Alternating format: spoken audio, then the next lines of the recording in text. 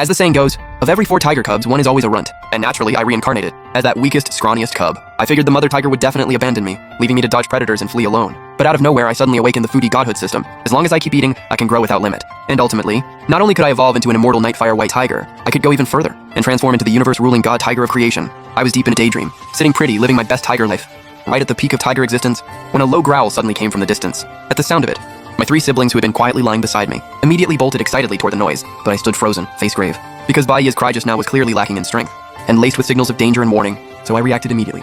Rushed forward and blocked my siblings, drew a circle on the ground, and warned them not to step outside it. Then I sprinted alone toward the source of the sound. I spotted Baiya quickly. She was surrounded and pinned down by 4 silver wolves, with a massive wolf king crushed beneath her paws. The wolf king was barely clinging to life, but Baiya herself was badly wounded too. The gash on her hind leg bled without stopping.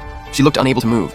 Even so, those 4 silver wolves didn't dare make a move, because if they forced a fight, they'd likely come out the worse for it too. But wolves are notoriously cunning creatures. They would never do something that stupid. Sure enough, they suddenly scattered, but left 2 silver wolves to pin Baiya down from the front, while the other 2 slipped away quietly. One circled to the flank, while the other had already crept silently behind Baiya.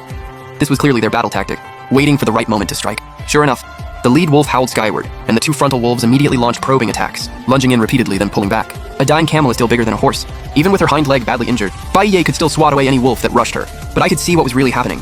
They were using a rotating assault to wear down Baiya's stamina, so the wolf lurking in the shadows could land a sneak attack. Sure enough, as time passed, Baiya's movement grew sluggish. The rear wolf seized its chance to strike. Baiya had actually sensed the threat behind her already, but the moment she twisted to turn around, her injured hind leg exploded with searing pain. She stumbled and staggered in place. In that razor-thin moment of crisis, I exploded forward and slammed headfirst straight into the silver wolf's midsection. Iron head, iron bones, but a tofu waist. With all my force behind that hit, the silver wolf went flying sideways and never got back up. Baiya and the other 3 wolves all froze in place, clearly stunned by what had just happened. When Baiya recognized it was me, she jolted awake and was immediately flooded with deep anxiety. What are you doing here? Run. I don't think I'm making it out of this today, but my bloodline cannot end here. You have to survive. But instead I turned around and charged straight toward the wolf king's carcass on the ground. Then I sank my teeth in and started eating. Chewing away, I rolled my eyes inwardly. Give me a break.